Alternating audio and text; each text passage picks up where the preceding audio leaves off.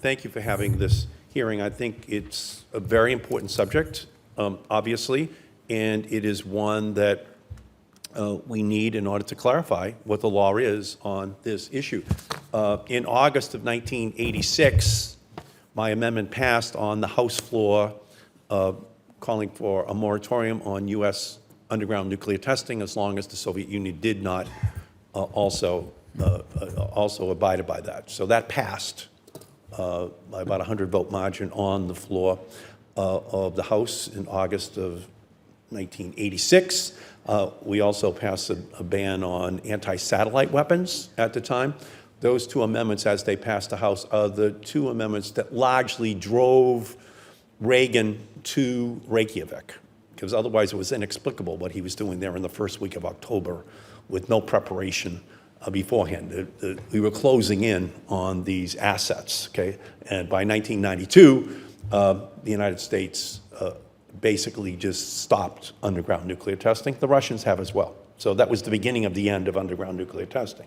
So what we're talking about now is really what do we do in order to make sure that North Korea and others do not escalate their underground nuclear testing. That's at the heart of this issue. Here's what Senator Kerry's letter to us this morning says. The administration says, the administration fully respects the Senate's constitutional role in treaty ratification, and the actions currently being considered at the United Nations are consistent with that role.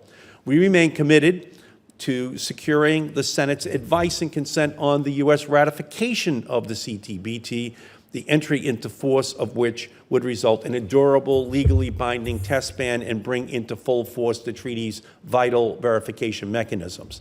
The actions we are pursuing with the Nuclear Nonproliferation Treaty, nuclear weapon states, and separately in the United Nations Security Council are in no way a substitute for entry into force of the treaty.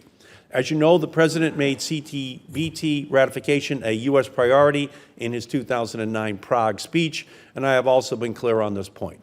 Although the policy of the last administration was not to pursue U.S. ratification of the CTBT, that has not been the current administration's policy.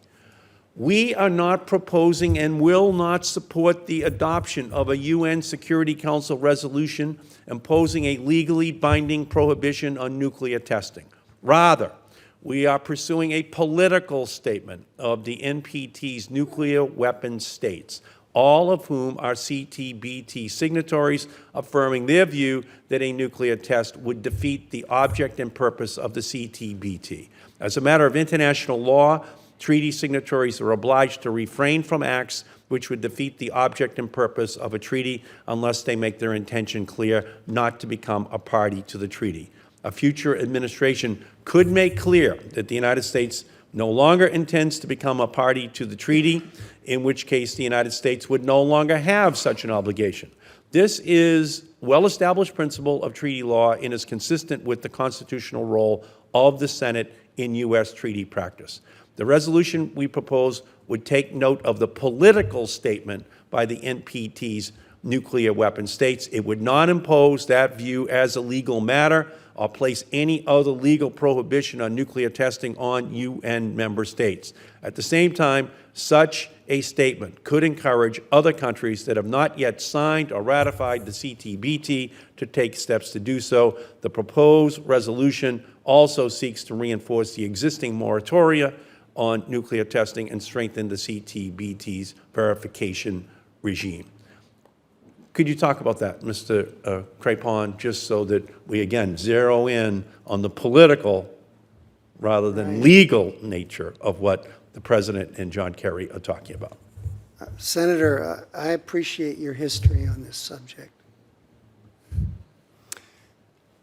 What we're hearing from some members of this committee is a radical, new legal theory, which is that a state is absolutely free to violate a treaty that it has just signed before its entry into force, which would, by the way, nullify its entry into force. This is wild. And nothing that I can think of at the moment would so seriously undermine U.S. leadership in the world as to propound this theory. No administration has embraced this theory. When our presidents negotiate and sign treaties, it is their intention not to violate them. We're unlike other countries in that respect, and we're proud of it. So I hope that this committee will not go down the route of embracing a radical notion that, oh, we just signed that treaty, but we're not obliged to adhere to its. So you agree this is just a political statement that they're making? You agree with that? I do. Okay, well, that's very important because that's the nub of this case right now. And by the way, the argument that was made on the CTBT that we could not verify, well, it wasn't true in 1974. We knew that India was testing. It wasn't true when Pakistan did it. And it's not true today, especially today. Now we have a sophisticated system that picks up anything that North Korea does instantaneously. The question is whether or not we want to construct a regime that will tighten the noose around North Korea and other rogue nations that continue down a pathway that China and Russia and the United States and others do not, in fact, go down, which is additional testing of nuclear weapons. So that's really what this whole debate's all about. It comes down to North Korea to a very large extent, and to the extent to which we want to ensure that we're using every possible mechanism at the UN that is still consistent with the prerogatives of the United States Senate, I think that we should pursue them. We have to let the world know, we have to let North Korea know that they are isolated. And that they can expect the noose to continue to tighten. And if we can get China and Russia to go along with that as a political statement, I think it helps to make the world safer. I thank you, Mr. Chairman. Thank you. If I could, while you're still here, I would like to say that while this is about the process, it's not about the substance. Since the speech in Prague, this is the only hearing that's ever occurred on this topic. So you talk about hortatory. I mean, Chairman Kerry, who just sent us this letter, never even had a hearing on this, okay? So I do want to say that this is, this certainly hasn't been on the front burner. It hasn't been pushed by this administration, and there have been legitimate concerns about a going out the door obligation, and I don't think we would have received this letter that we received today that states that they're not going to do anything that's binding. Now, I would like to follow up on your question, if I could, and ask,